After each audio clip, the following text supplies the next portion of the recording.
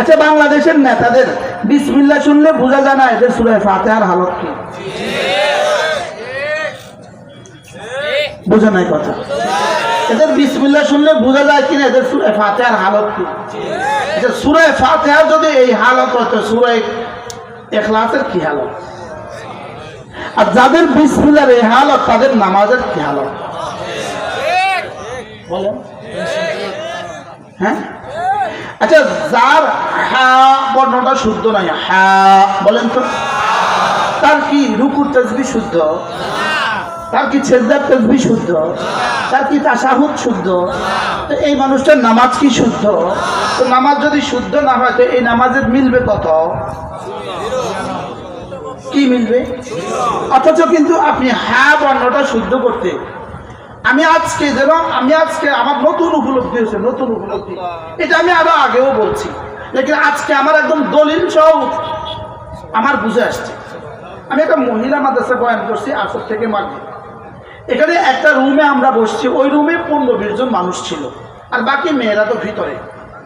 এদের একজনেরও আমি হা শুদ্ধ পেলাম না। এখন এরা হার কারণে বোঝা গেছে এদের রুকুর অবস্থা কি, এবার এদের সিজদার অবস্থা কি? কি? আচ্ছা, রুকু আর সিজদার যদি এই অবস্থা হয়, এদের সূরা ফাতিহার অবস্থা কি? এই মানুষগুলো কি নিয়ে কবরে যাবে? এই জন্য ওলামা পরিষদ আপনাদের জিম্মাদারি হওয়া উচিত যে উম্মতের মাখারিজগুলোকে ঠিক করে। কি বলছি বলেন? বুঝুন, উম্মতের হা ঠিক করা। বলেন, রব কতটা ভালোবেসে, কতটা মেহেরবানি করে কালেমায়ে তয়্যিবার মধ্যে হাটা দেন নাই। যদি আল্লাহ কিভাবে রহম করছে উম্মতকে, যদি কালেমায়ে তয়্যিবার মধ্যে হা দিত, আপনাদের অবস্থা কি হতো?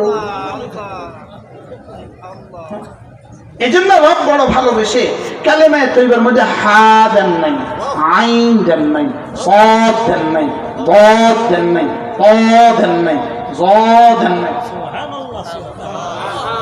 কফ দেন নাই।